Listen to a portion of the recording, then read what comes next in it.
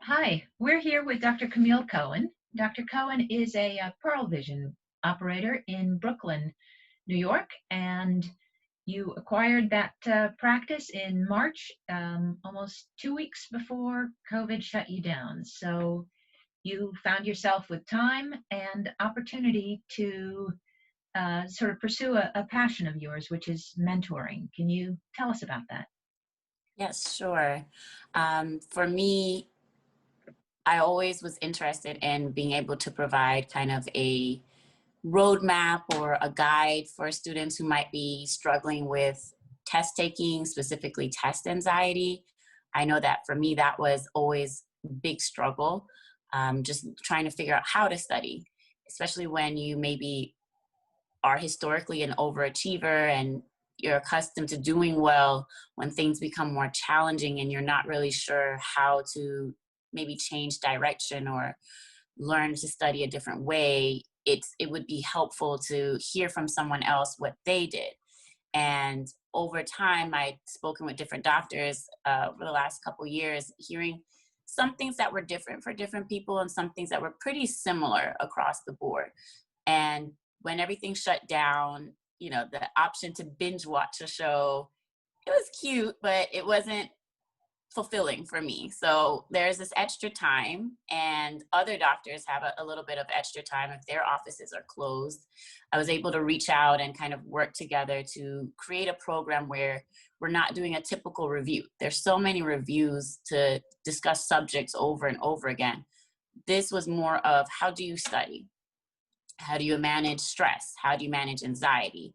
And a year like this one, where whether you're in school or not, everybody's kind of struggling with that same question. How do I struggle with stress? There's a lot of stress. How do I deal with the anxiety of what's happening around me? And providing those tools for students and really being a support system for them, that gave me the fulfillment that I needed. That's wonderful. And it's not just students. I mean, this is as you said, this is an issue for everyone. Yeah. Did you find support or comfort among your colleagues? Yes, I would say even just from the student doctors, speaking to them unearthed some of my own anxieties, and that's how I could be, I suppose, more real, like honest and open. It allowed a level of vulnerability for me with them to say, not only was I in your position, but right now I don't really know if my business will survive. I don't really know what's happening in my life, and I'm doubtful of my skills and my future, and I'm taking one day at a time, just like you. So having that moment to say, yes, I'm stressed too. I received that comfort from them for sure. And certainly there have been doctors who are more seasoned than me who would reach out or speak to me and say, it will be okay. And we're feeling that way too. And even if things shut down, like, you will bounce back. And sometimes you just need to hear that from someone else. You're so busy in what you're thinking or what's in your head, you kind of need that objective advice or opinion as well. So what's the value to doctors who have not perhaps found the opportunity to mentor, to reach out? I mean, how do you find the audience? They're there. They're definitely there. They're dying for mentors. I know for me, I've worked specifically with the National Optometric Association, and they have a really great mentoring program. The actual students kind of revamped it a bit in the last year, and it's been really great that the way they pair students with doctors.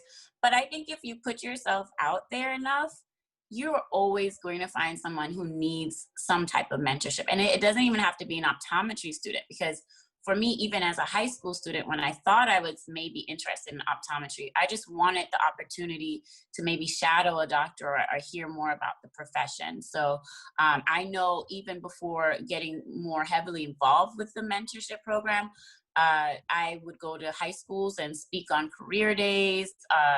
I would do different programming, even with my church, like just speaking to students within the church. There are different groups and different ways you can reach out. The value of it is just having another voice. Like I said, even for us, we have to admit that we're constantly learning. Nobody knows everything. This year, you know, when everything was shutting down and I was reaching out, said, what do I do? Everybody said, we don't know. This has never happened before.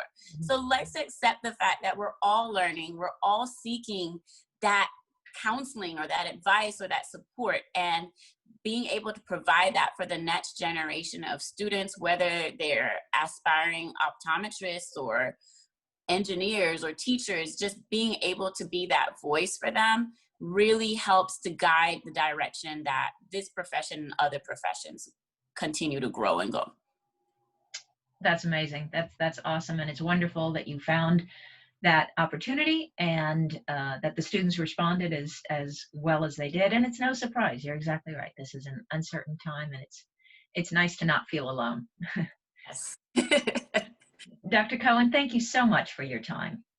Thank you. Thank you.